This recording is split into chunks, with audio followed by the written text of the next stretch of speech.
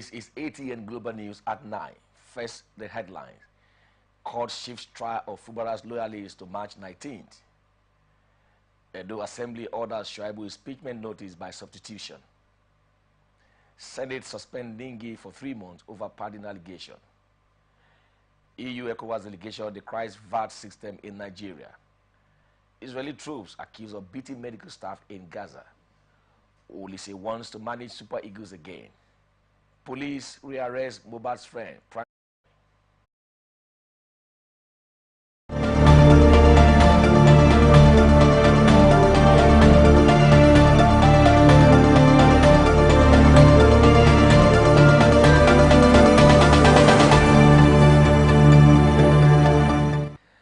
And now the rest of our stories.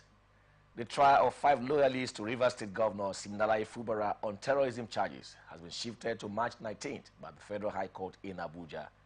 Meanwhile, the defendant had been returned to Kuje Prison in Abuja on remand, having been denied bail by the court on account of gravity of charges against them. The court shifted the trial following information by Senior Advocate of Nigeria, Lukman Fagbemi, SAN. The Inspector General of Police filed a counter affidavit that raised serious issues against his client, and the 5 men charged with terrorism offenses by the IGP Achime Eguma, Ezebalike, Prince Lukman Oladile, Kenneth Goodluck Pasa, Osiga Donald, and Ochueja Thangod. At today's proceedings, Fagbemi told the court that he had filed a motion on notice challenging the competence of the terrorism charges and territorial jurisdiction of the court to entertain the charge, adding that the Inspector General of Police responded to his motion through a counter affidavit that raised grievous allegations against his client. The senior lawyer also submitted that the counter affidavit was served on him during the proceedings and he needed time to study the affidavit and respond to it appropriately. The Inspector General of Police, who was represented at the proceedings by Aliyu Galba, admitted that he served the counter affidavit opposing the application of Fagbemi in the courtroom, while Justice Mobolaji Olajuwon, after checking the case file, found that a copy of the counter affidavit had not been served on the court. And based on the request of Fagbemi, Olajuwon shifted the trial to March 19th with an order for parties to file and exchange processes before the day to ensure unhindered proceedings. This is coming after the Inspector General of Police had on January 25th slammed the terrorism charges on the defendant for allegedly invading, vandalizing, and burning down Rivers State House of Assembly last year, and were accused of committing the alleged terrorism offenses during the wake of political upheaval that rocked Port Harcourt in October last year. Public analyst in Rivers State, Dumezo Samson, has expressed mixed reaction over the support from the Grassroots Development Initiative to Governor Siminalayi Fubara. He said if the GDI, which is a political machine that aided former Governor Iso Wike to becoming the former governor of Rivers State, the group pledged their support to Governor Fubara. Recall former coordinators of Grassroots Development Initiative, a political arm of the People's Democratic Party in 12 local government areas of Rivers State, pledged their support to Governor Fubara during a recent courtesy visit, maintaining that the Grassroots Initiative in Development has brought the former governor, FCT Minister Ezenwa Nyesom Wike to power. Speaking on Atlantic Television Open Conversation, Comrade Dumezo Samson ascertained the fact that the GDI was the forefront runners for the success of the FCT Minister Nyesom Wike, the former governor of Rivers State. Yes, I want to start by saying that the Grassroots Development Initiative was the grassroots platform that the current Minister of FCT used in 2014 into 15 to destabilize the political structure of the then governor, who is a former Minister of Transportation, Right Honorable Rotimi Amechi. When they had issues, it was the GDI that was the political machine that was used, to destabilize that structure for Nyesom Wike at the time to have his own political base. That GDI, balkanized the People's Democratic Party in the state, and he got a lot of support from the then federal government. So the GDI is a grassroots development initiative, political machine, I would say, that was created to serve the political interests of the current Minister of FCT. Okay. So they helped him come on board, and they were quite a good force. Now, he is no longer governor, and there's a rift between himself and his political godson, the governor of Rivers State. That same political machine that the minister used at the time is now being broken into factions and pieces. So the implication of that is that strategically, the political godson is beginning to, whittle the political base, all right, of the political godfather. And when you begin to look at these deliberate strategic political movements within what was once defined as a political family, you can tell that a house that is divided against itself can never stand. That means you would have heard the minister at some point say, if I lose my base, I will become politically irrelevant. And that is what it is. Yes, because, as a politician, the moment you lose your base, you become irrelevant. Because in politics, we talk about the numbers. And when we talk about the numbers, we graduate into the number of elected officers that you have. Then we move into appointed officers. Okay. Because it is believed that these elected officers, they have stratas of the society that they control within the political space. So currently, the minister is grappling to sustain his assembly loyalists. That's number one. That case is in court. Now, the minister is struggling to sustain his political loyalists within the appointment sector in the states. So the current governor is gradually changing people from strategic positions into his own loyalists. Number three, the grassroots development initiative, which is the political machine as I call it, is now being balkanized. So, gradually, the governor is asserting himself as the political leader of the political structure in the states. Troops of the Nigerian Army have uncovered and destroyed a major firearms and drone manufacturing factory operated by armed fighters of the indigenous people of Biafra and its military arm, the Eastern Security Network, at Onitsha, Olona, in Aniocha South local government area of Delta State. A statement by the Director, Army Public Relations, Major General Oyema Wachuku, said the fighters were using the factory to carry out criminal activities to terrorize neighboring communities and innocent citizens.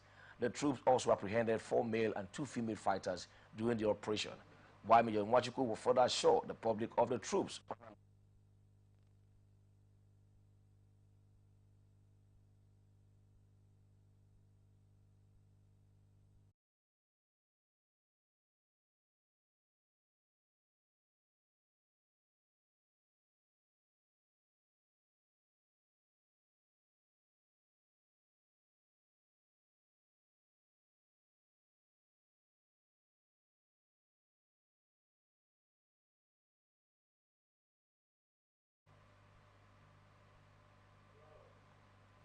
The Edo State House of Assembly has directed that the impeachment notice on the State Deputy Governor, Philip Shaibu, be published in national dailies. This followed the alleged refusal of the Deputy Governor to acknowledge the notice served on him by the House last week after the lawmakers commenced impeachment proceedings against Shaibu, accusing him of perjury and leaking of government secrets. The impeachment notice is believed to be the latest development in the rift between Shaibu and his principal, Governor Godwin Obaseki, and there had been an uneasy camp between the deputy governor and his principal since last year, when Shaibu declared his interest in joining this year's governorship race. The House took the decision to serve the notice by substitution on reception of plenary on Monday, where the Speaker of the Edo State House of Assembly, Blessing Agbebaku, alleged that Shaibu had rejected the impeachment notice served on him by the House. He then directed the clerk of the House, Yahaya Omogbai, to publish the notice in national dailies. The commander of the Nigerian Navy ship Jubilee, Ikot Abasi, Akwa Ibom State, Commodore Martins Fakura, says the command has deployed some modalities to stem the tide of sea piracy in the waterways. Fakura said some of the strategies include the provision of escorts and patrols for vessels doing legitimate business on the sea, while others are conducting stop and search on the waterways to find out what each vessel is being used for, as well as being in constant communication with the fishermen to get intelligence on where the pirates are. He also said the Akwa Ibom State government was coming up with a maritime task force to protect those fishermen and those doing business within the coastal region. Earlier, the chairman of the correspondent chapel, Basi Antoni, represented by the vice chairman, Isaiah Eka, told the commandant that the visit was for members to familiarize themselves with him and to foster a robust working relationship as he assumed office as a new commander of NNS Ikodobasi. The Federal High Court in Abuja has granted leave to Professor Syrian Difon, suspended Dean of the Faculty of Law, University of Calabar, UNICA, to appeal the decision of the court dismissing his no-case submission in the charge against him. Justice James Omotosho also gave Ndiffon's lawyer, Mr. Sonia Ayanwu, the go-ahead to file an appeal against the dismissal of the no-case submission. Justice Omotosho granted the leave following a motion filed by Ndiffon and Ayanwu's counsel, Joe Aggie, SAN, which was not opposed by the Imperial Crop Parties and Other Related Offences Commission, ICPC's lawyer, Osuobeni Akponim Singa. This is coming after the judge had on March 6 dismissed the no-case submission filed by Ndiffon and Ayanwu on the ground that the evidence led by the prosecution constituted a prima facie case against them, while Justice Omotosho ordered them to enter their defense and the charges filed against them. When the matter was called on today, Akponim Singa informed the court that the matter was slated for the defendant to open their defense and that he was ready to proceed, and drew the attention of the court to two motions filed on behalf of the defendant. He said the first motion sought the leave of the court to appeal his ruling on their no-case submission. The second motion sought an order directing the registrar of the court to make available Exhibit N and O to the defendant, while Akponim Singa, who informed the court that his attention was only drawn to the motions on Monday, said he was not opposing the first motion, seeking leave to appeal. Justice Omotosho, who granted the motion seeking leave to appeal his ruling, adjourned the matter until March 19th for a hearing of all pending motions in the matter. Deputy Governor of Abia State, Ikechukwu Emetu, has advised youth in Ohafia or any other part of the state who specialize in vandalism and theft of government and communal properties to desist from the ugly business or spend years in jail. Deputy Governor gave a warning through an interactive session with the youth and indigenes of Okonaku community in Ohafia over the recent incident of vandalism at Eastern Region Estate Investment when processing mills and tanks were dismantled for illegal sale. The palm oil plantation was established in 1961 by the Eastern Region Estate Investment during the regime of Dr. Mike Okpara as the premier of the defunct Eastern Region. Addressing the youth on Okon on the matter, Emetu lamented that it was not only shameful but disgusting for a community leader to allegedly mastermind the vandalism and sale of government and community property for a peanut, and assured the commitment of the Governor Alex Oti administration to revamp the oil settlement to create employment for the youth and generate revenue for the state. While former President General of Okon Development Union, Ndukwe Iko, had expressed disappointment over the development and advised anyone who conceives such ideas to vandalize, loot, and sell government property to desist forthwith. The Abia State government has said it has commenced investigation into the death of a student of Abia State University who lost his life in a clash between rival court groups. Mr. Oke Kanu, the State Commissioner for Information and Culture, who disclosed this on the outcome of the State Executive Council meeting held at the Government House, Umaya said, it has come to the notice of the government there have been skirmishes in Abia State University, Uturu, within some student groups. The Commissioner charged students of all tertiary institutions in the state to avoid engaging in any form of violence and actions that could affect their lives and studies. Meanwhile, the Abia State Police Command is yet to make any statement on the matter. A 30-year-old graduate of the Federal Polytechnic in Imo State, Nerus Elemamba, has allegedly committed suicide. This is coming after his body was found dangling in his room on Monday in his village in Umohi, Obuama community in the Ezinite Mbise local government area of Imo State. Eyewitness said he committed suicide after participating in the day's village manual labor earlier by his peers. The village youth leader, Iwe Kumere Ibe, said the villagers were shocked by the development and the victim was buried after necessary cultural rituals had been successfully carried out. When contacted, the spokesperson for the police in the state, Henry Okoye, said he is yet to be briefed on the incident. Enugu State Governor Peter Mba has appointed Mr. Chijoke Okonkwo and is named forwarded to the State House of Assembly for confirmation as the chairman and chief executive officer of the Enugu State Electricity Regulatory Commission. The names of Mr. Chinedu Ukabara, Mr. Chuka Akune, and Mr. Ruben Okoye were also forwarded to the Assembly for confirmations as commissioners in the commission. A letter forwarded to the House, which was read by the Speaker, Chief Uche Ugu, while the Speaker then directed the nominees to submit 25 copies of their curriculum vitae to the clerk of the House and appear before the Assembly on Wednesday, 13th March 2024 for screening and confirmation.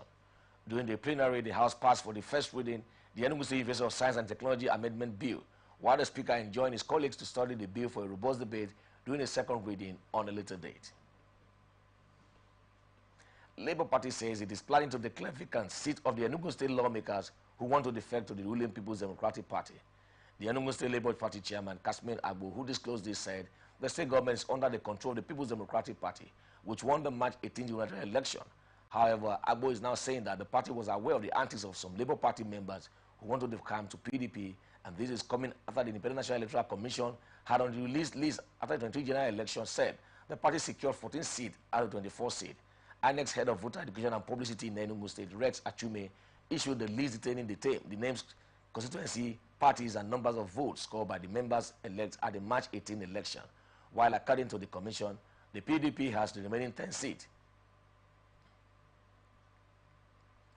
The Yaba Chief Magistrate Court has ordered the remand of one Victor Abayomi, a chef to the former governor of Lagos State, Akiwumi Ambode, for allegedly stealing valuables worth millions of naira at the former governor's Ikoyi residence. Chief Magistrate Mr. Peter Nwaka, who gave the order, remanded the defendant for 30 days at the Ikoyi Correctional Center. Abayomi is facing 2 counts bordering on conspiracy and theft preferred against him by the State Security Service. The SSS prosecuting counsel Joshua Babalola told the court that Abayomi and others who are still at large conspired among themselves and committed the offenses at the residence of the former governor and alleged that the defendant carried away valuable items worth millions of naira from his employer's residence in Ikoyi. Babalola also said the defendant absconded to Old Garage, Molondu local government area of Osun State, where he was arrested on March 7, 2024, and the offenses committed contravene Section 287 and 411 of the Criminal Law of Lagos State 2015. However, Magistrate Nwaka adjourned the case until April 8, 2024 for investigation and presentation of facts. Ekiti State government has ordered immediate stoppage of the monthly salary of a traditional title holder in Iworo quarters, Omuwe Ekiti, Ekiti East local government area of the state. Chief Sunday Faluyi for allegedly spearheading a rebellion against the installation of a new Arochi title in the community. Deputy Governor Chief Mrs. Monisade Afuye issued the notice order during a troubleshooting party while interfacing with the delegation from the community.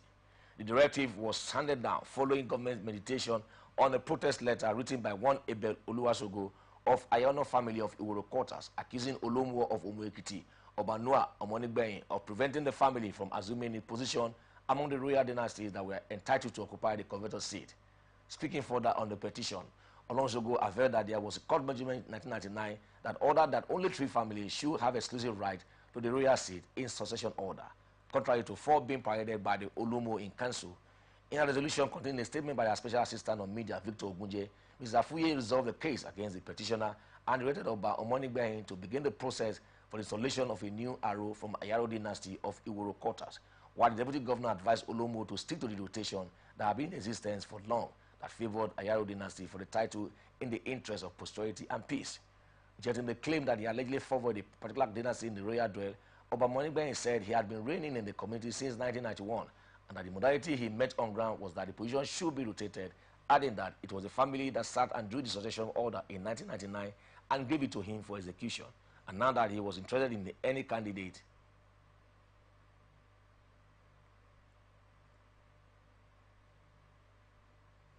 Some victims of the recent Bodija explosion in Ibadan, Oyo State, have alleged abandonment by the state government.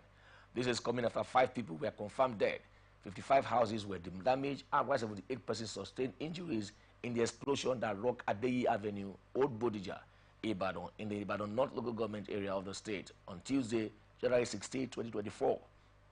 Though security operatives of the Nigerian Army, Nigerian Security and Civil Defense Corps, and Amotekun were still at the various entrances leading to the scene of the maintained law and order, owners and artisans were being allowed movement with vehicles bringing in materials needed for the repair of the damaged building, while most of the affected residents were being accommodated by the state government in a hotel in the city. Some of the victims who visited the hotel lamented alleged abandonment by the government. Oyo State government has banned the use of styrofoam for food packaging, storage, and other related usage in the state. The State Commissioner for Health, Oluwaserimi Ajetumobi, who disclosed the ban during the Food Safety Stakeholders Forum at the Government Secretariat Agodi, Ibadan, said the government inaugurated a Food Safety Compliance Enforcement Task Force to enforce the ban. Ajetumobi also said the ban on styrofoam was part of the Oyo State government's effort to ensure food safety standards in the state, adding that the ban on styrofoam in Oyo State comes a few months after the product was banned in Lagos State, which cited environmental nuisance and blockage of drainage. The commissioner said the task force will be sensitizing the actors along the food chain to the importance of the implementation of food safety standards in the state, while the Director of Food, Water and Laboratory Services in the ministry, Afzal Akande, highlighted the basic requirement for the actors along the food chain to meet before they could be certified. Just after the Osun State Executive Council on Monday approved the appointment of Prince Ademola Makinde as the new Owa of Igbajo, the All Progressive Congress has faulted the government decision saying the stool was still a subject of pending lawsuit. A statement by its chairman, Tajuddin Lawal, faulted the government decision, saying the stool was still a subject of pending lawsuit, while the Owaf Igbajo stool became vacant in November 2022 when the governor Ademola-led People Democratic government removed Prince Boyega Famudun, who was installed by the immediate past governor Adeboyega Oyetola of the APC. Famudun, before his election as the Owaf Igbajo, was the Osun State APC chairman, while Adeleke removed him shortly after taking power over as the governor of the state. The governor also removed the array of Ire, Obarafel Oluponle, and the Akirun of Ikirun, Obalalekon Akadiri, who were also installed by Oyetola, and the monarchs were told to vacate their palaces, pending the outcome of a probe initiated into the circumstances surrounding the appointment by Oyetola.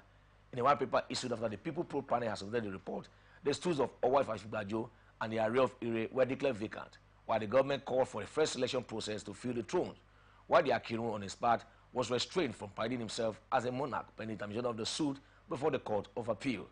A statement announcing the appointment of the new Owaf Igbajo, partly read at the executive meeting held on the ESCO chambers, as forwarded by the Boluwadru local government, was approved in line with due process, chieftaincy law, and tradition. This is coming after the kingmakers had earlier approved Dr. Makinde in line with chieftaincy laws and tradition. Two teenage pedestrians suspected to be siblings were killed after a speeding vehicle knocked them down on the Imowo-Ibadan Road at the Jebuluko local government area of Ogun State. The spokesperson for the Ogun State Traffic Compliance and Enforcement Agency, Bolaji Akimbiyi, adding that upon seeing the havoc that had occurred and the lifeless body of the children, some youth in the area attempted to attack the driver and set the vehicle ablaze, while the quick intervention of the traffic officers, the army, the police, and other emergency responders, however, put the situation under control. Trace spokesperson, while commiserating with the family of the deceased, urged drivers to avoid speeding when on the expressway and pedestrians to take caution while using the road. The spokesperson for the Ogun State Sector Command of the Federal Road Safety Corps, Florence Okpe, disclosed this in a statement, while injured victims were expectedly taken to Lagos Emergency Center, Ojota, for medical treatment. Minister of the Federal Capital Territory, Yeson Wike, says the Federal Capital Abuja is safe and accessible for foreigners to conduct their business. Wike stated this when the ambassador of Poland to Nigeria, Mrs. Joanna Tromska, visited him in Abuja, adding that the security in the city has significantly improved and was safe for everybody, including foreigners, to carry out their businesses without fear. The minister, who described the relationship between Nigeria and Poland as cordial, expressed FCT administration willingness to collaborate with Poland in developing its agricultural sector, adding that the partnership will enable the division to empower the teeming youth with employment opportunities in the agricultural sector. He also said job creation and security were among top priorities of President Bola Tinubu's administration, adding that Poland could arrange for some of its investors to set up large farms in Abuja that will employ the youth and eventually own the farms in due course. Earlier, Tromska said she has been in Nigeria for over 5 years as ambassador of Poland and described the country as an exciting place to live in. While the visit was to assure the minister of the continued bilateral relationship it developed many years ago, she also said that the discussion with Wike will continue to consider new avenues of cooperation for mutual benefit. Many goods have been destroyed as the popular Wuse market in the central area of Abuja, the Federal Capital Territory, has been engulfed in the fire outbreak. The cause of the fire outbreak, which occurred today, cannot be ascertained at the time of filing this report, after created pandemonium and confusion forcing the business of the day around the market area to be ended. It was gathered that some vehicles in the car park has been burnt already, while policemen who arrived at the market barricaded the entrance to prevent people from moving into the market.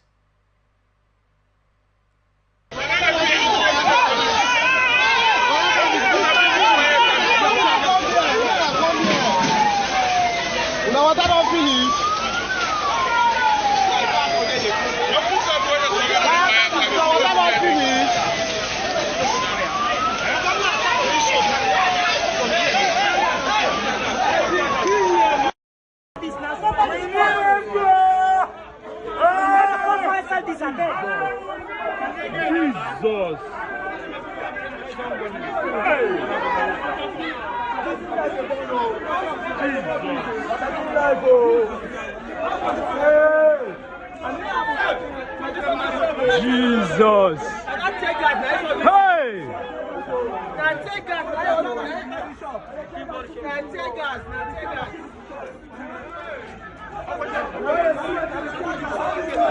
Jesus, Jesus, Wuse market.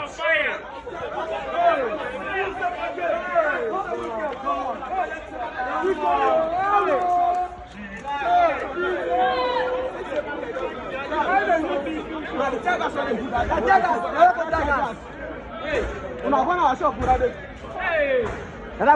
show. See him. Go show. Now must go show. Collect one by one.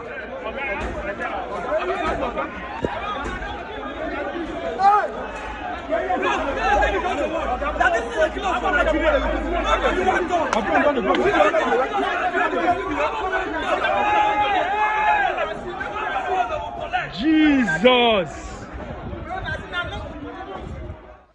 Kaduna-based Muslim cleric Sheikh Ahmad Gumi says he has the intention to dialogue with the bandit who abducted about 287 school children from Kuriga Government Secondary School and LEA primary schools in the Chikundugu government area of the state. Gumi, who disclosed this in a bid to facilitate the release of the abducted school children should President Bola Tinubu give him the opportunity to negotiate, said Tinubu must not repeat the mistake made by former President Muhammadu Buhari, who refused to dialogue with bandit. Meanwhile, the government of the affected state has refused to dialogue with the bandit to release the school children and has also refuted claims that he has hired a private negotiator to facilitate the release of the victims, while Gumi had previously negotiated on behalf of the state government to free abducted people by bandit. This is coming after, in May 21, one of the parents of the kidnapped students of the Federal College of Forestry Mechanization, Afaka, Kaduna State, said, rather than point an accusing finger at Gumi for being complicit in the banditry ravaging the country, Nigerians should commend the cleric for his intervention in seeking the release of other persons in the country. Former lawmaker Senator Shehu Sani has supported a proposed negotiation with abductors of over 200 pupils kidnapped in Kaduna State. This is coming after no less than 200 school pupils were abducted from their various schools by Islamic terrorists in Kuriga, Kaduna State. Sani, in a post on his X handle, said, as long as there will be no payment of huge ransom, negotiations with bandits are okay. Hunters have rescued Galadima Danladitao, the district head of Lao Town in Adokula local government area of Taraba State, from kidnappers. This is coming after the kidnappers stormed the palace of the district head in the night on Saturday and abducted traditional ruler. Responding to the alarm raised following the abduction, local hunters were said to have mobilized and tracked down the kidnappers to their hideout, where a confrontation ensued, with the hunters managing to overpower the criminals, securing the safe release of traditional ruler. However, Galadima Danladitao sustained injuries during the ordeal, while the kidnappers launched a retaliatory attack on the town, but yet the hunters repelled the assault in a fierce encounter that ensued for several hours. Confirming the incident, the police spokesman in Taraba State, Usman Abdullahi, assured the normalcy has been restored to the area. Soldiers of Operation Well Stroke have arrested Ada Ume, a councillor from Opoku local government area of Benue State, for allegedly carrying a firearm without a license. The soldiers who were providing security coverage in the volatile region during the distribution of relief materials at Omusu observed Mr. Ame in possession of a pistol, and the arrest occurred during the distribution of the relief materials organized by Omale Onyino, the caretaker chairperson of the local government, in collaboration with the Benue State Emergency Management Agency.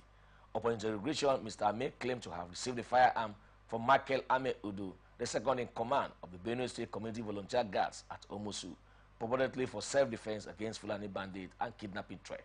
Police is yet to make comments on the matter.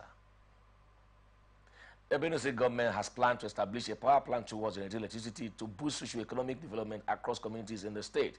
Raymond Asemakaha, the managing director of Benue Investment and Property Company, disclosed this after the federal government recent assent to a bill allowing all state governments to own and manage electricity companies. Speaking during a meeting with the delegation of Remedy Health at BIPC corporate headquarters in Makodi, Asemakaha asked the electricity company to set up a pilot plant in Benue State and stressed the need for the state to own a power generation plant that will transform the state and stimulate economic activities. The Committee on Local Government and Chieftaincy Affairs of the Jigawa State House of Assembly has indicted 4 local council chairmen for financial misappropriation involving over 942 million naira. The committee's report, presented during a plenary session presided over by the Speaker, Haruno Aliyu Dangatim, said the misconduct discovered during oversight function of the state assembly 27 local government areas, while the Jigawa State House of Assembly has suspended the 4 local government council chairmen, detailed the allegations including authorized payment, illegal transactions, and financial irregularities. Sani of Ayo faced accusation of making payments without vouchers, while Chambu of Duse was suspended over 240 million naira worth of illegal transactions. Rufai of Kume was accused of appropriating over 543.6 million, diverting ecological funds and making unconscionable payment to individuals, while the Udim of Ringi was accused of administrative lapses and financial malpractices. The committee in the commission submitted to the House of Assembly said the chairman should face indefinite suspension pending further investigation into the allegations in line with the local government law of Jigawa State, while the vice chairman will lead the respective local councils during the period. About 7 persons were confirmed dead after bandits attacked a market in the Wase local government area of Plateau State. The attack, which happened at Zurak Company Market, left several others injured. A youth leader in the community, Abdullahi Husseini, who confirmed the incident, said that the bandits arrived at the market and opened fire on the people transacting their businesses, which led to the death of the victims. He called for more security deployment in the area, while spokesperson for the State Police Command, Alfred Labo, confirmed the attack but said 4 and not 7 persons were killed. Witness of the Economic and Financial Crimes Commission, Agboro Omorewa, told the Federal Capital Territory High Court in Maitama that 10 officials of the Central Bank of Nigeria, including the former CBN Governor Godwin Emefiele, minted on the document for the award of multi-millionaire contract to April 1616 and Architecture Nigeria Limited.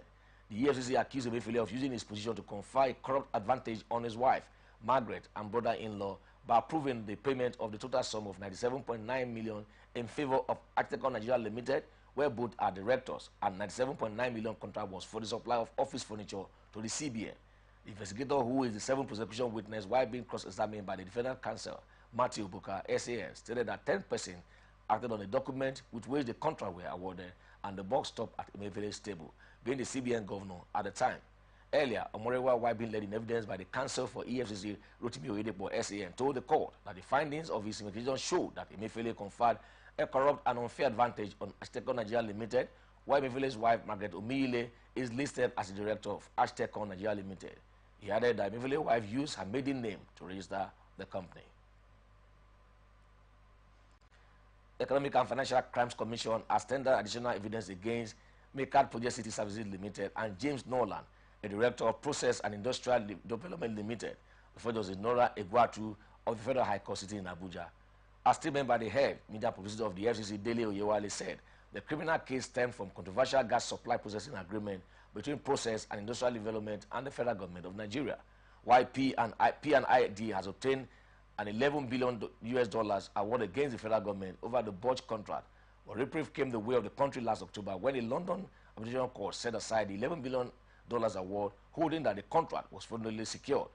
Mekad Project City Services Limited and James Nolan are facing 20 counts bordering on obtaining by false pretense, money laundering, and criminal conversion of proceeds of crime to the tune of 151 million naira. While in February, the International Criminal Police Organization said it arrested Nolan in Italy after he jumped bail in Nigeria in 2022 in the ongoing 9.6 billion naira P&ID scandal. The Pan-Yoruba Political Organization Afenifere has called on President Bola Tinubu to go after the terrorists wreaking havoc in the country and should not afford to fail in this critical national assignment. The organization said it was time for the president to demonstrate his political will and courage to annihilate the terrorists killing and abducting people in their hundreds, and also call on Tinubu to commence restructuring the country to approach regional government. That the parliamentary system, while his recent pronouncement on state police should be allowed to have its foothold, the socio-political group made the call in a statement jointly signed by Police Secretary and Assistant Mugaji Boyega Adejumo and Justice Faloye, respectively, stressing that the recent killings in Plateau, as well as the abduction of over 100 school children in Kaduna, Afenifere, it was time for Tinubu to crush the criminals. Leader of Iri Evangelical Spiritual Church, Prophet Elijah Ayodele, says those behind the kidnap attack in Kaduna and Sokoto State are not Boko Haram or any existing terrorist group, but a new syndicate bent on destabilizing the security situation of Nigeria and scaring children from going to school. I really want President Bola Tinubu not to allow the menace to continue because he foresees more school kidnap operations in other states. A statement signed by his media aide, Oluwatosin Osho, Adele said it's a new terrorism syndicate that must be defeated, and it was important to commit the military in prayers to defeat terrorism. President Ayodele commended the service chiefs for their effort in fighting terrorism in the country, adding that they are not responsible for the kidnap activities and have tried to protect the country, but people are bent on troubling the security network of the country. The man of God encouraged the military to tackle terrorism like a war, because if it continues, the current position will be affected. I really also advise President Tinubu to provide more support for the military in terms of equipment and welfare to encourage them in the fight against terrorism. The Muslim Council of Nigeria in Kaduna are sensitizing over 100 Islamic scholars to preaching methodology with the aim of uniting the scholars across the board. President of the Council, Alhaji Abdul Rahman Sadiq, in his opening remarks, called for collective effort and cooperation of the scholars to ensure that the aim of this program was achieved. While many scholars have derailed while using social media platforms as avenues to attack one another, the president said with the sensitization, all the challenges identified before now will soon be over. All the clerics to emphasize peaceful coexistence, unity, and piety during their preaching sessions throughout the month-long fast and after, and also encourage beneficiaries of the program to uphold the dictate of the Holy Book and the Hadith of Prophet Muhammad as guidelines. As the Muslim month-long Ramadan fast enters day 2 today, state governors and other leaders in the country have called for prayers for the nation. Sultan of Sokoto, Laji Said Abubakar, Islamic spiritual leader in Nigeria, had on Sunday declared March 11, 2024 as the first day of Ramadan, while the declaration was based on the sighting of the moon in almost every part of the country.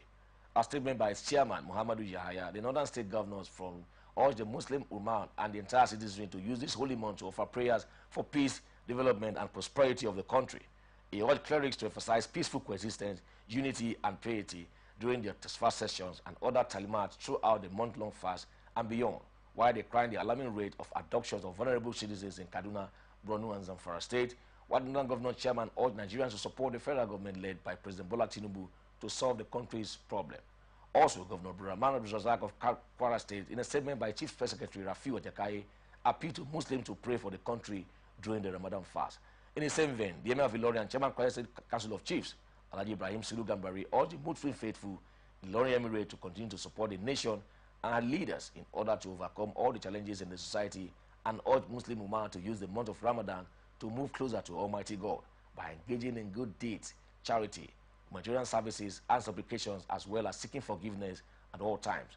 Also, the Edo State Governor, Godwin Obaseki, called on the Muslim faithful to foster good neighborliness and kindness during the Ramadan season. The Corporate Affairs Commission has held a general meeting with the stakeholders of the Commission service delivery chain to review the system of effective service delivery, creating framework that satisfy the expectation and aspiration of stakeholders. The 5th Registrar General of the Commission, Husseini Ishak Magaji, said regulation was the key to the framework, stressing that the Commission is engaging with all stakeholders to improve company registration teams perform optimally. You will agree with me that without regulation, the purpose of having the framework is defeated. We still have to work together to ensure that issues related to regulation of these entities are seamlessly implemented. I have sat with my management team and set strategic objectives that will usher in a new relationship that is symbiotic and beneficial to all of us. The Corporate Affairs Commission under my leadership is continuously engaging with our software vendors to improve areas that require urgent attention to make the company registration portal perform optimally. This will resolve problems associated with delay in service delivery. The Commission has also initiated the process of reviewing our operational checklist to bring it up to speed with international best practices. This will go a long way in simplifying our processes and also reduce the time cycle for our services and product delivery. We are also recognizing the call center for the purpose of making it a response center that will attend to customer complaints and inquiries within 24 hours. This will also address the anxiety of getting issues resolved, not only in a timely manner, but also addressing the overall expectation of customers and stakeholders.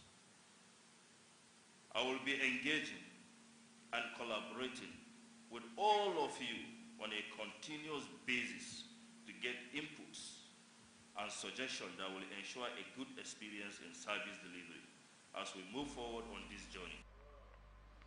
The Commission is expected to get feedback from stakeholders, including Nigerian Bar Association on illegal issues, ICANN on financial issues, and many others to help overcome challenges faced by the Commission. Corporate Affairs Commission is a body saddled with the responsibility of giving registration to the entities in Nigeria. So we have stakeholders cut across the Nigerian Bar Association, the ICANN accountant site, and the public. So this is we gave them opportunity to come on board so that we will have a consensus understanding of the provisions of the law in in ensuring appliance of the provisions of the law in the compliance. Where we're migrated into the automation, we have been in manual, CS have been manual, we're now automated. So these are the issues now, technology-based issues. So we are here now to receive a feedback from our customers in order to provide a quality service from them. They identify the issues of glitches and other things. We're identifying the problem now in order to provide a prompt solution to the issues. Is actually the essence of the familiarization interaction is for the commission to get feedback from people that use the commission, particularly lawyers. I know particularly lawyers. So it's like review, giving them review to know areas where they can improve on the job they are doing. And for me, from the feedback I got from my members, I commend the management of the commission under the new leadership for the improvements and the innovation they have done so far.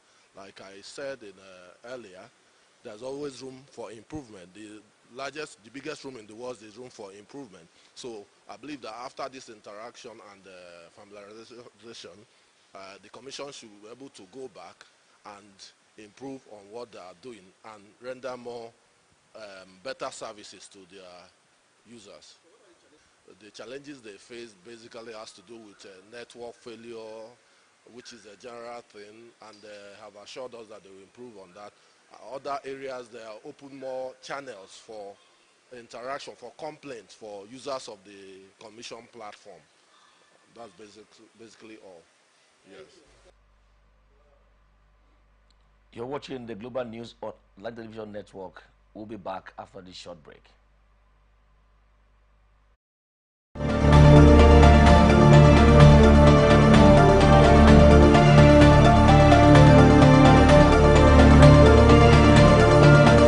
From the line across the ocean to the land beyond the mountains, through the Sahara, we bring on sport news, live analysis, expert discussions on trending stories in politics, business, socio-economy, sports, and documentaries.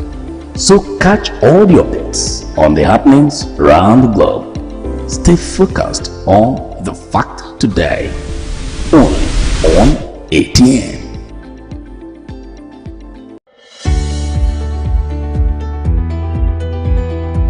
People into the country illegally. That is amazing. Honorable You human on the point of order. Honorable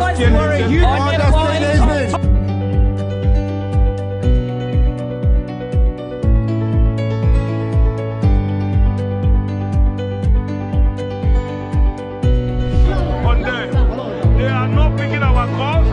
They made up their minds. So no agreement with the EU, but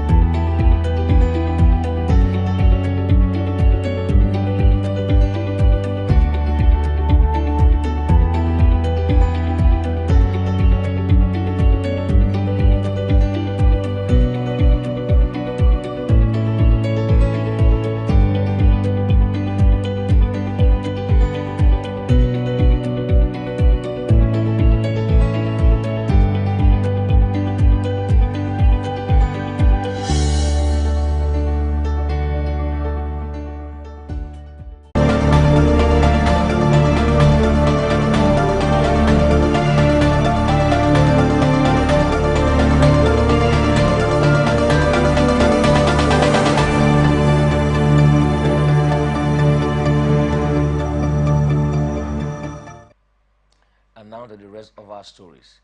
President Bola Ahmed Tinubu has forwarded the 2024 budget proposal of the Federal Capital Territory to the House of Representatives for consideration and passage.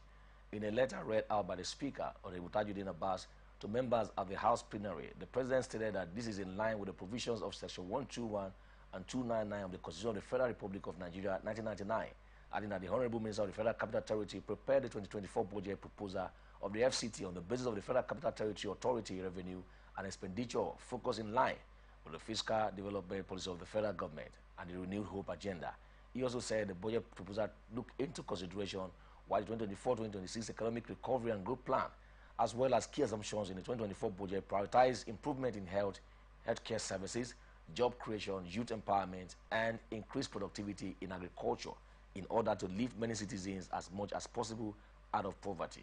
He called on members to give the budget proposal all the kind consideration and expeditious approval it deserves. Concerned that despite the 3.25 trillion naira allocated to the defense and security sector on drones, in line with the provisions of Section 121 and 299 of Constitution of the Federal Republic of Nigeria 1999, the Honorable Minister of the Federal Capital Territory Administration, FCTA, has prepared the 2024 statutory budget proposal of the FCT, which is forwarded herewith for consideration and approval by the National Assembly. The budget proposal has been prepared on the basis of the FCTA's revenue and expenditure forecast and is aligned with the fiscal and developmental policies of the federal government and the renewed hope agenda. In addition, the budget proposal takes into consideration the 2024-2026 Economic Recovery Growth Plan, as well as key assumptions in the 2024 Appropriation Act. The FCTA is prioritizing improvement in healthcare services, job creation, youth empowerment, and increased productivity in agriculture in order to lift as many citizens as possible out of poverty. I hereby forward the 2024 statutory budget proposal of the FCTA and trust that it will receive the kind consideration and expeditious approval of the House of Representatives. In another development, the House, following the adoption of a motion under matters of urgent national importance moved by Munir Ahmed from Kaduna State, appealed to the Office of the National Security Advisor and security agencies to urgently harness powers within their reach to rescue over 180 abducted teachers and students by kidnappers in Kaduna State. Presenting a motion titled Urgent Need to Tackle the Abhorrent Abduction of over 200 Students in Kuriga Community of Chikun and Secure Lives and Property in Kaduna State, Honorable Muni noted that on March 7, 2024, government stormed Local Education Authority Primary School and Government Secondary School in Kuriga Community, where over 200 students and teachers have been forcibly abducted and moved to the forest unchallenged. He also recalled that this ugly menace occurred in the same community where his school principal, Malam Abu Sunya, was killed days earlier and his wife and baby abducted. The wife and baby were later rescued in a successful joint security operation on the 3rd of February 2024 and expressed worry over the trend of violence which, according to him, is seeping into the other part of the state, affecting persons of all religious and ethnic background. Honorable Muni observed that despite the 3.25 trillion naira allocated to this defense and security sector on drones and other military equipment that could have tracked, located, and rescued victims represent 11.8% of the national budget in 2024. Yet, there has been no respite as bulk of the actions by the security personnel are reactionary rather than proactive.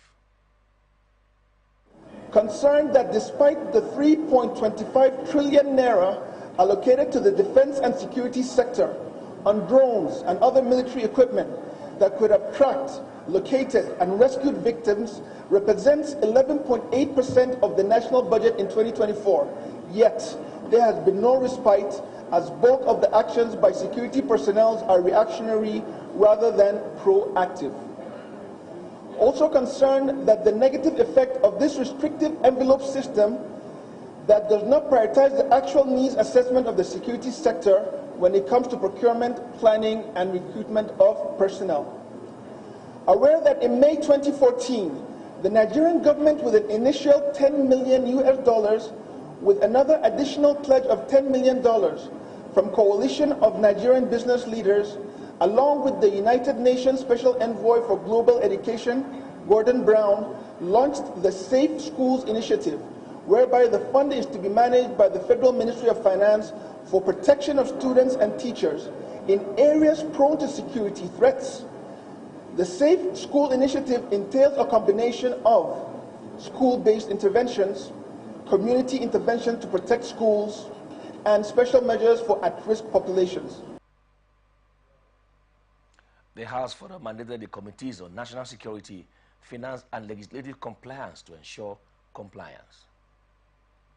The Senate President, Godswill Akpabio, has charged the panel members investigating the 30 trillion ways and means loans secured from the Godwin Emefiele Central Bank of Nigeria by the federal government not to leave any stone unturned, saying the panel must unravel everything about the facility.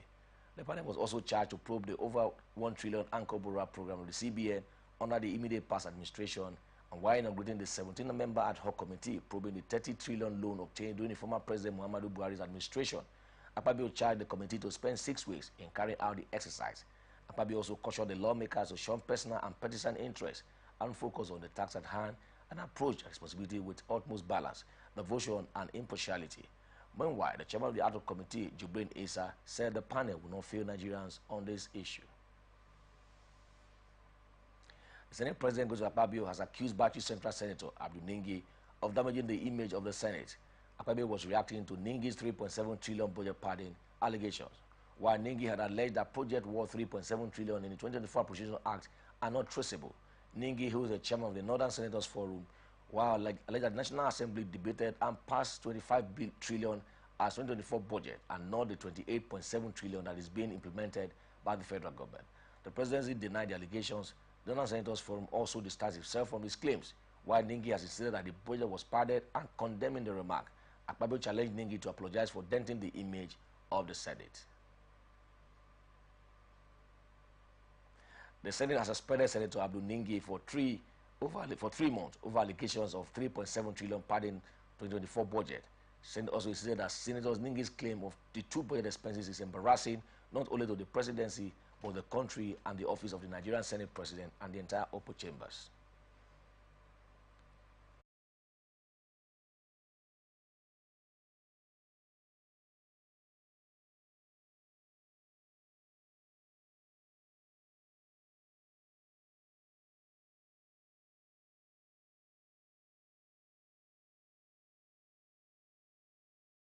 Before the suspension of Senator Abdul Ningi, the upper legislative chamber was thrown into a radio session following deliberations on budget padding allegation made by Senator Abdul Ningi. Chairman Senate Committee on Appropriations, Senator Lamlekan Solomon, who moved the motion that led to the suspension of Senator Ningi, explained that the figure is not contained in the budget because the agencies are on first-in-line charge. Mr. President, having read the transcribed version, I come under Order 9 and 10 that my privilege has been breached.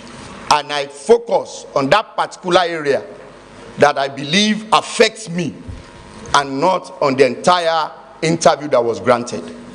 And it becomes necessary, aftermath of the various interviews and headlines of various social media, newspapers that have come forth as a result of this singular interview. And it is on that premise that I've decided to approach these chambers to seek for protection and also to put up a motion before the Nigerian Senate to know the nitty-gritty of what has been said as contained in this particular interview. Matters got worse when Senator Agom Jarigbe alleged that all lawmakers are culpable in budget padding scandals, saying that some got 500 million naira while some got as high as 100 billion naira. We would have settled this matter. We are going forth and back on these issues and coming up with issues of the budget and individual issues concerning what came to our various constituencies. If we want to go into those issues, all of us are culpable. Some senators here, so-called senior senators, got 500 million each. I am a ranking senator, I didn't get. Did I go to the press? I didn't get. Most of you got. And yes, if we want to go into those issues, excuse me, if we want to go into those issues, yes. So I think that Senator Ningi,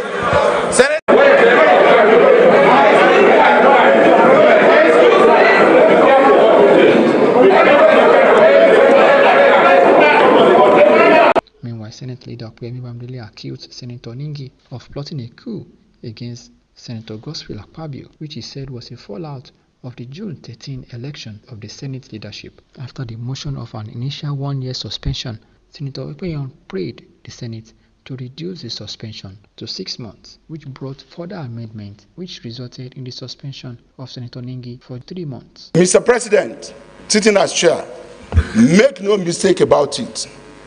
A few people who felt they will not give you more than 1 year to spend in this chair, want to do everything possible before the 13th of June to remove you. And I am telling you, Mr. President and distinguished colleagues, distinguished colleagues, and that's why I say I'm speaking as Senator Michael Okpeyemi Bamidele, not as the Senate leader. As the Senate leader, I've always done everything possible to stabilize this Senate. I'm speaking, I'm exercising my own privilege as a senator. Now I am telling you, sir, I am telling you, sir, and I want Nigerians to know, I say it for history.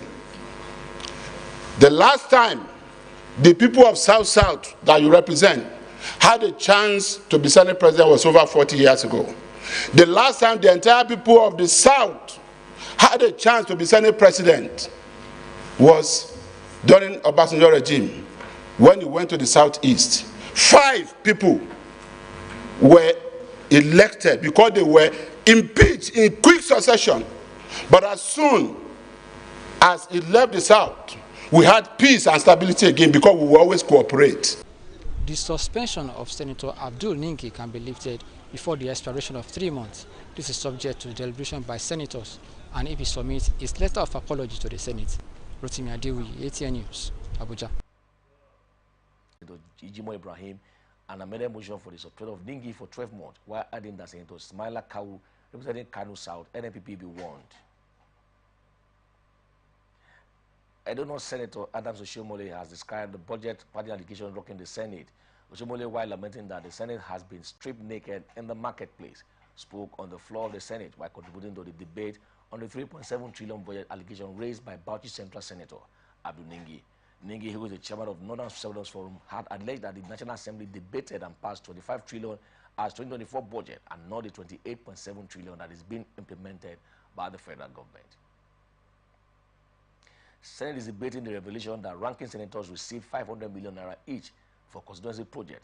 Senator Jarigbe Agom Jarigbe of the People Democratic Party, representing Cross River North, who revealed it during the Senate session, said ranking senators received 500 million naira each. Speaking during the plenary while discussing Senator Lamileko Adeola's motion on breach of privilege by Senator Ningi, while Senator Adeola had invoked Orders 9, 10, 41, and 51 to present the motion of privilege and issue of national importance, while Senator Agom Jarigbe's revelation that ranking senators received 500 million naira each sparked an uproar among the senators and caused a rowdy session. The Senate leader, Kwame Bamidele, representing the APC, Ekiti Central, while speaking after the uproar had reduced, clarified that the said 500 million naira was for constituency projects.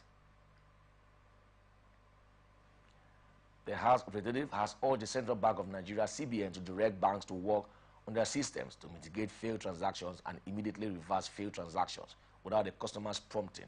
The decision of the House followed the adoption of a motion moved at plenary on Tuesday by Emmanuel Ukpong Udo. He said the CBN released a statement on June 8, 2020, revising timeline for reversals and resolution of refund complaint and shall be slightly reversed from the current timeline of 3 days, where instant reversal fails due to any technical issue or system glitch. The timeline for manual reversal shall not exceed 24 hours. The lawmaker also said the CBN also resolved that refunds for failed not on us ATM transaction where customers use their card on other banks, ATM shall not exceed 4 hours from the current 3 to 5 days, adding that the CBN further resolved that resolution of distributed failed POS or web transaction shall be concluded within 72 hours from the current 5 days.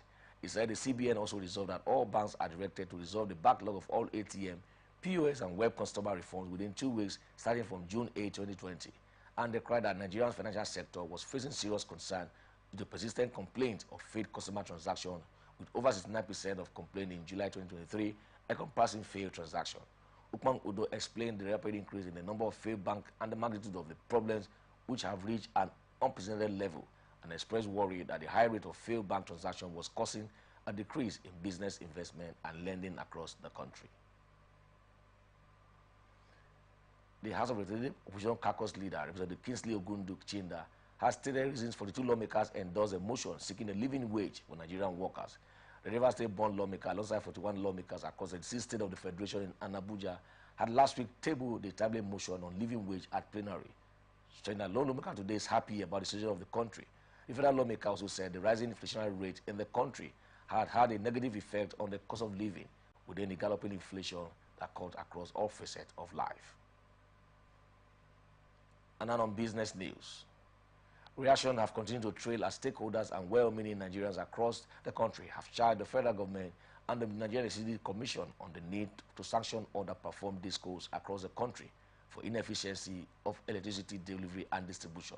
Still on the development, they maintain that constant electricity distribution will revamp the economic capacity of the nation, and also it will attract more potential investors. Speaking on Atlantic Television Blowout, Honorable Olaka, including other stakeholders, stated that Nigerian Electricity Regulatory Commission must ensure to adequately strategize its modes of operation, supervision, including the distribution of electricity across the country as the only major source of socio-economic development as it may. Mentioned. You are just like the minister. They know the problem because they highlighted the problems. They said one of the problems is that the discos, areas covered by the discos are too much, too large for them. And as at that, efficiency becomes problem. If you know the problem, can't we change the narrative? They mentioned. You are just like the minister. They know the problem because they highlighted the problems. They said one of the problems is that the discos, areas covered by the discos are too much, too large for them. And as at that, efficiency becomes problem. If you know the problem, reduce the...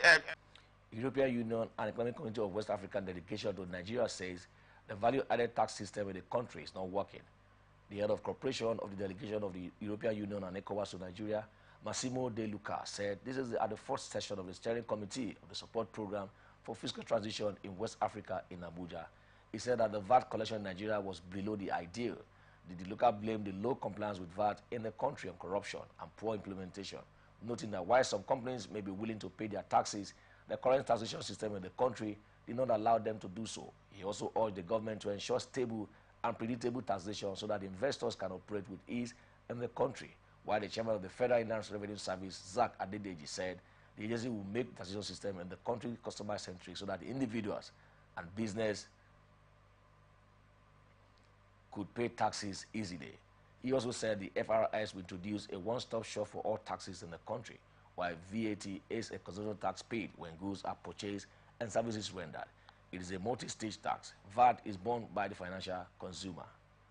The Nigerian National Petroleum Company Limited is appealing to the Economic and Financial Crimes Commission to help tackle the menace of crude oil theft in the country, stating that no one is ready to invest in the oil sector due to the menace.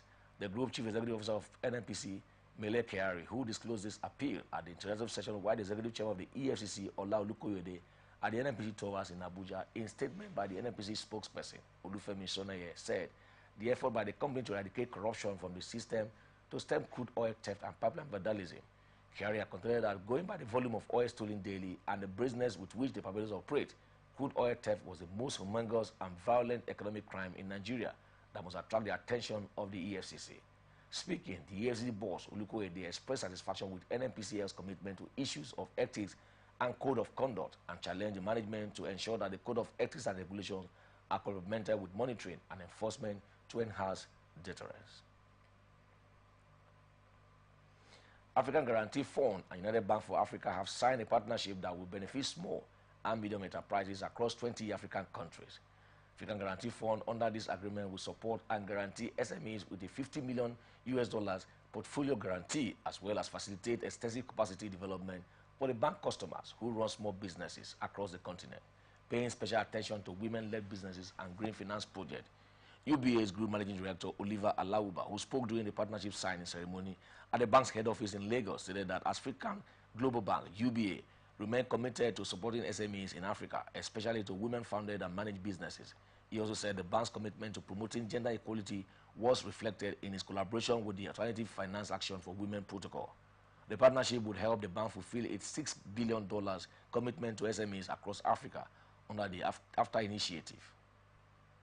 Team of experts from the International Civil Aviation Organization, United Nations, an agency that regulates the global aviation industry, has arrived in Nigeria to carry out security audit of the Murtala Mohammed International Airport, Lagos, and Azikiwe International Airport, Abuja.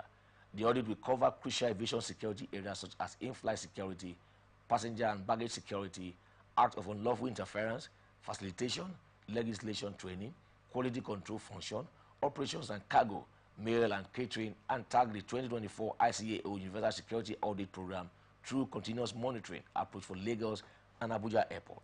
A statement signed by Director of Public Affairs and Consumer Protection, Michael Achimu, the audit is a 2-week exercise and is expected to end on March 22nd, 2024. The Minister of Aviation and Aerospace Development, Mr. Festus Keyam, also said the importance of the audit in upholding the highest standard of security in Nigeria's aviation industry and represent the concerted effort to uphold the highest standard of security across all facets of Nigerian aviation industry, stressing that through rigorous assessment, comprehensive evaluation, and collaborative partnership, Nigeria aims to fortify her defenses against evolving threats and vulnerabilities. The Acting Director General of Nigerian Civil Aviation Authority, Chris Najomo, who welcomed the ICAO auditors and highlighted the objective of the USAP CMA, said the audit is to improve global aviation security through auditing and the continuous monitoring of AVSEC performance of member states by assessing the level of effective implementation of critical elements of the state AVSEC oversight system, which provide an indication of the sustainability of the state AVSEC system. The federal government says power distributors that reject electricity allocated to them by the transmission company of Nigeria shall be dealt with severally. He also said in the next 3 to 6 months, it will ramp up power generation and supply to between 6,000 and 6,500 megawatt. The Minister of Power, Chief Adibayo Adelabu, who disclosed this in Abuja before commencing a meeting with head of agencies under his ministry, said the federal government was subsidizing electricity bills of consumers nationwide by about 65%. Commenting on the performance of power distribution companies, the minister stated that the discos will be dealt with severely for power load rejection, adding that he had discussed with NEC to come up with adequate performance measurement standard for discos, stressing that laggards should be fished out and sanctioned. The minister also stated that since the discos could take up 5,700 megawatt about 3 years ago, they should be able to distribute 6,000 megawatt or 6,500 megawatt in the next 3 to 6 months. The federal government says that roll out a presidential conditional grant scheme to empower nano businesses as part of the presidential palliative program. According to a statement by the Bank of Industry, the scheme offers grants without repayment obligations to eligible small business owners operating in various sectors such as trading, food services, ICT, transportation, creative and artisans. The PCGS targets 70% women and youth, 10% people with disabilities, and 5% senior citizens, with remaining 15% distributed to other demographics. By focusing with this often overlooked group of business owners, the program seeks to unlock the potential of Nigeria's burgeoning entrepreneurial ecosystem and drive sustainable economic development at the grassroots level, while the initiative is implemented by the Federal Ministry of Industry, Trade and Investment, with the Bank of Industry executing agency. The 50,000 naira grant per beneficiary will reach 1 million small businesses in 774 local government areas and the 6 council areas in the Federal Capital Territory, while the beneficiaries of the initiative have been selected through a process that include the verification of each business owner through their national identification number and bank verification number. You're still watching the news on Atlantic Television Network. Up next is International Tidbits. Palestinian medical staff in Gaza says they were blindfolded, detained, forced to strip and repeatedly beaten by Israeli troops after a raid at their hospital last month. Ahmed Abu Sabah, a doctor at Nasser Hospital, described being held for a week in detention, where he said muzzle dogs were set upon him and his hand was broken by an Israeli soldier. And his account closely matches those of 2 other medics who wanted to remain anonymous for fear of reprisals. The IDF raided the hospital in the southern Gazan city of Khan Yunis, which was one of the few in the stripe, which still functioning on 15 February, saying intelligence indicated that the hospital housed Hamas operatives. They also said Israeli hostages taken by Hamas on 7 October had been held there, and some of the hostages themselves have publicly said they were kept at Nasser. And Hamas has denied that fighters operate inside medical facilities. Haiti's Prime Minister Ariel Henry has agreed to resign following weeks of mounting pressure and increasing violence in an impoverished country. This is coming after regional leaders met in Jamaica to discuss a political transition in Haiti. And Henry is currently stranded in Puerto Rico after being prevented by armed gangs from returning home. Henry, who had led the country supposedly on a Nigerian basis since July 2021 following former President Jovenel Moise's assassination, had repeatedly postponed elections, saying security must be restored first, while many Haitians had questioned him governing the country for this long without an elected president. Heavily armed gangs had heightened up their grip on the street of capital, Port-au-Prince, and attacked the main prison to help thousands of inmates escape, while also demanding the decision of the unelected prime minister. Provocative influencer Andrew Tate and his brother Tristan have appeared in the Romanian court after the UK issued warrant for their arrest. The internet personalities were detained by Romanian police on arrest warrant over alleged sexual offenses in Britain. And the British Court of Appeal postponed a decision on the warrant. Romanian police said 2 arrest warrants were issued by British authorities for exploiting people in the UK, while a representative of the Tate brothers said the court will make a decision on Tuesday whether to execute the warrant.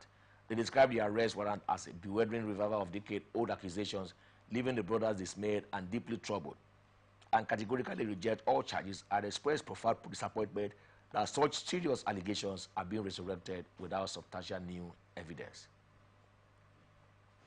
Ukrainian drones were approaching fast through the water.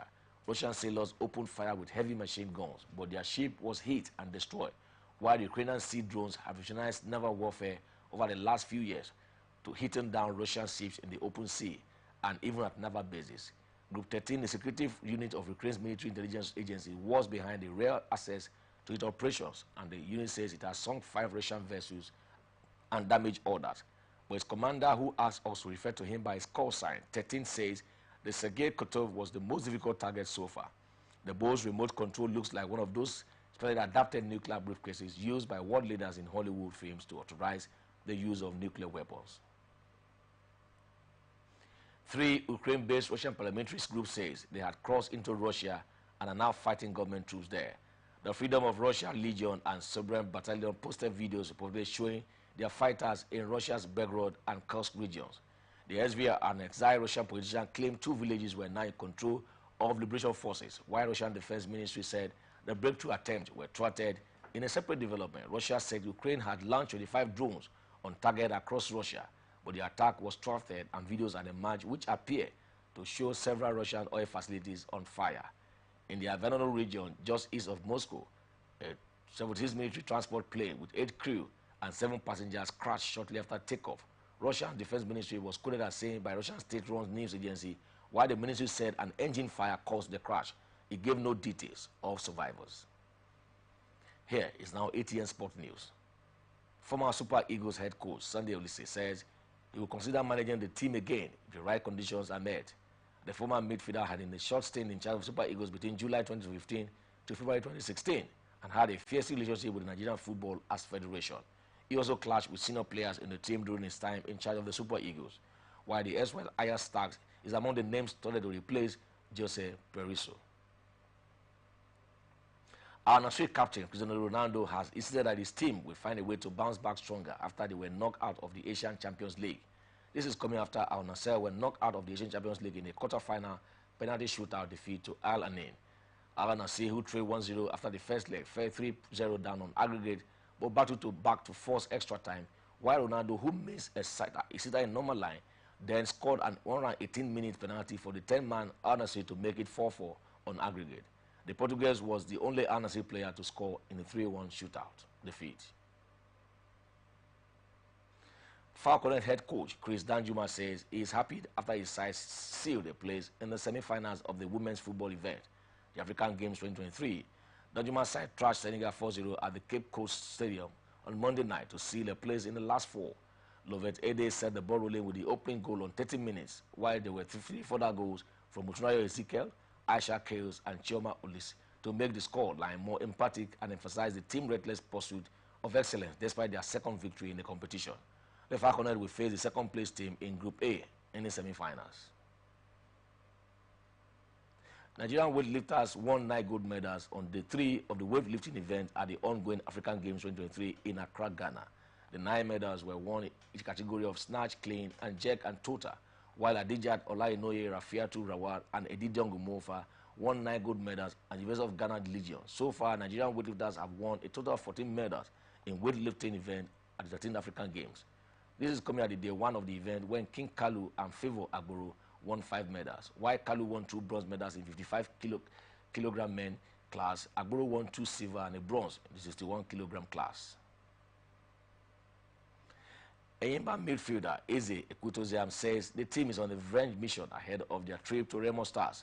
This is coming after the People's Elephants suffered a 1-0 defeat against Remo Stars earlier in the season, while Eyimba will have a chance to avenge the defeat when they lock horns with the Sky Blue Stars at the Remo Stars Stadium on Wednesday. Ekwutoziam said the players were disappointed with their last meeting in Aba and assured that the team will go out for the maximum point in the game. And now, entertainment news. Lagos State Police Command has rearrested Afro singer Ibrahim Owoduni, aka Prime Boy.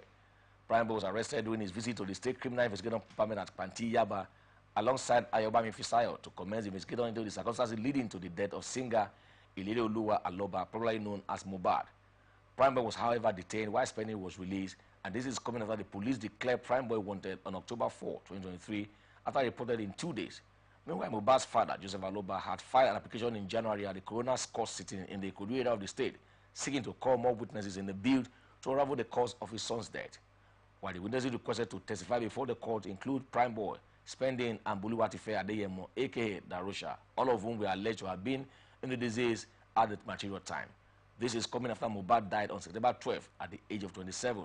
Circumstances surrounding his death, while Aloba in November 2023 has stated that nobody should collect his son's body for burial without his authorization. Nollywood legend Funsho Adeolu says any actor who ventures into politics was never an actor. He also said actors who are politicians are not true actors.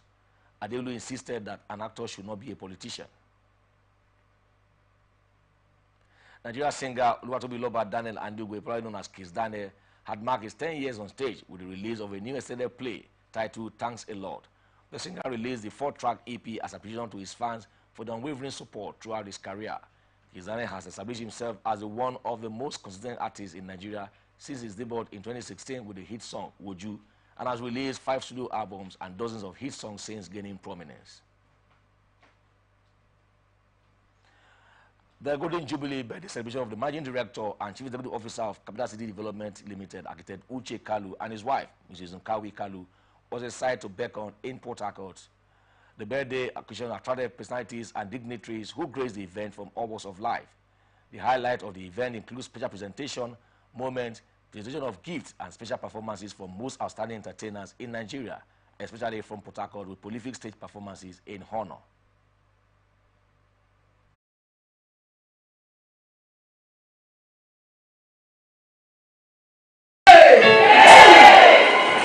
Somebody give me an A! Somebody give me an L! Somebody give me a powerful U! And that is what Kalu! Amazing!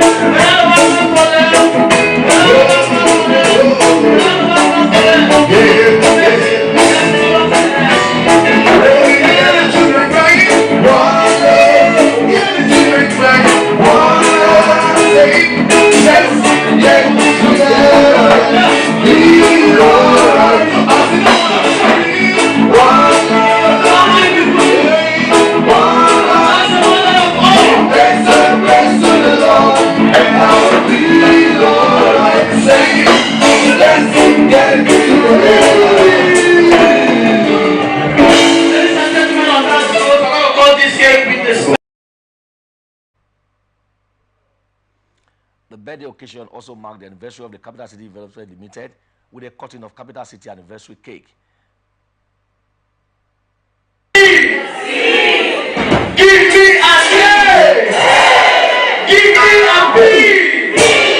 Give me an I! Give me a C! Give me another broad A! Give me a swallow L! And that is what? Capital City!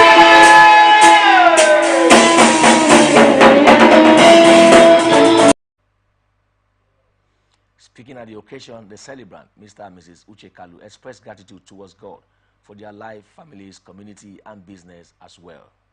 Well, I'm delighted that God has bestowed on us so much favor with me.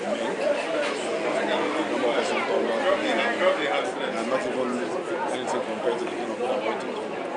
And thank God that they want to get to this point where our data set is met, and we pray for God to give us men and God has done. We are grateful, excited. He is great. Well, I had to face a very big challenge, especially when I had to transfer from adolescent age to between my 20s, between 19 and my 20s Be audible, be audible. To 30. But quite a very troubling period. And that period molded me, shaping me, and entered Christ, and encounter with business partners that standing place was significant. It's exciting, it's something that is unique. You cannot have plenty of us. That's why I said we are the limited edition. But another twist to it is boring, because you have just one bed instead of two. And maybe if that person did not give you big gifts, I want to change, and no way. So we have to be taking ourselves like that. So it's been like that for 18 years, and I'm happy. It's really an exciting thing. Well, knowing God is the most significant thing that I've known in my life. Then serving people and helping people gives me joy, and that is my life. It's about so identifying that gift and focusing and staying on it has helped me. That is one of my sources. The blessing of celebration, the lead pastor of the Wisdom Place, Wisdom Osiri, maintained that the event is so unique in the life of the couple, as well as bless the union in remarks. Smallness is far from her. Amen. Multiplication. Amen. On every side. Amen. I pray in the name of Jesus, you have been a source of joy, never in pain among us here. I pray may pain be far from where you are. Amen. Your health and your age is renewed like an eagle. Amen. Golden age. Amen. Golden era. Amen. We prophesy over your life in the name of Jesus. Amen. To be a helpmate to your husband.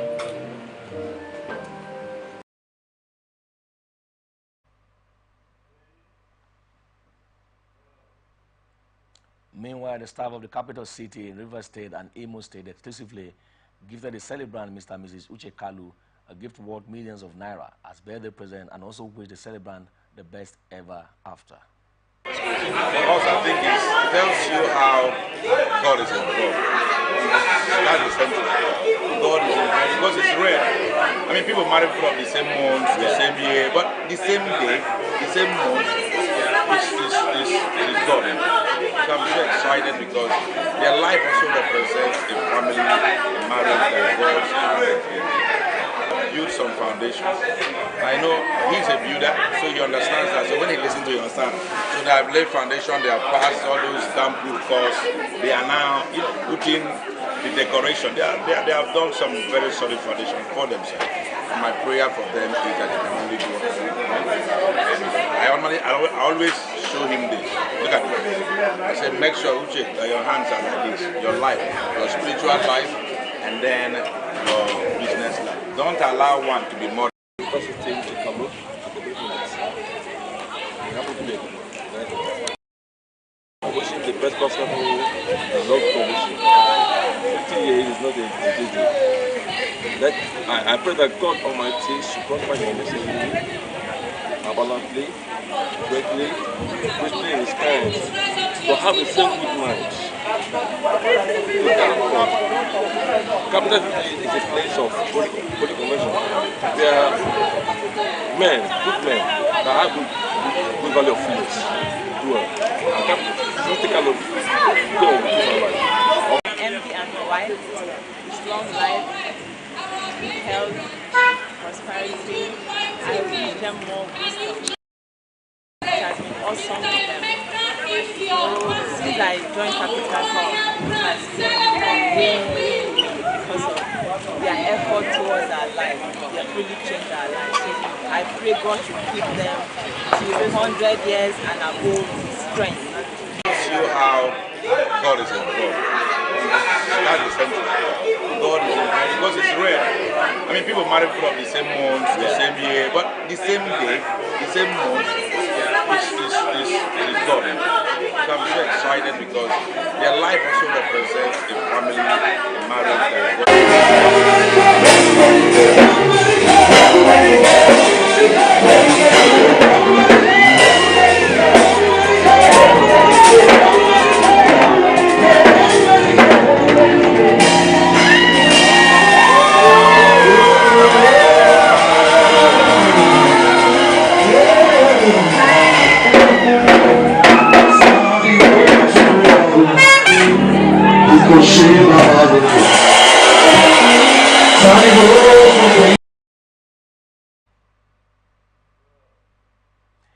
And that's the global news for tonight. But before we go, another look at the major stories.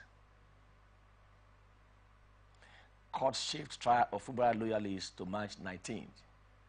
The Edo Assembly orders Shaibu impeachment notice by substitution. Asane suspend Ningi for 3 months over pardon allegation. EU ECOWAS delegation decries VAT system in Nigeria. Israeli troops accused of beating medical staff in Gaza. Olise wants to manage Super Eagles again. And police rearrest Mohbad's friend Prime Boy. I am Treasure Timidare. Thank you for watching.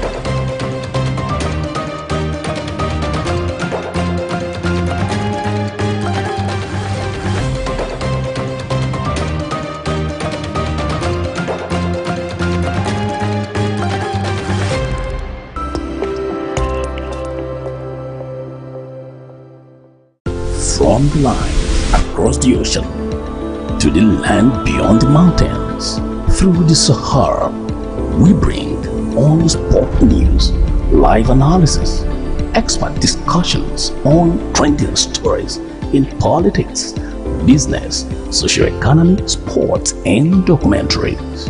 So catch all the updates on the happenings around the globe. Stay focused on the fact today. Only on ATN.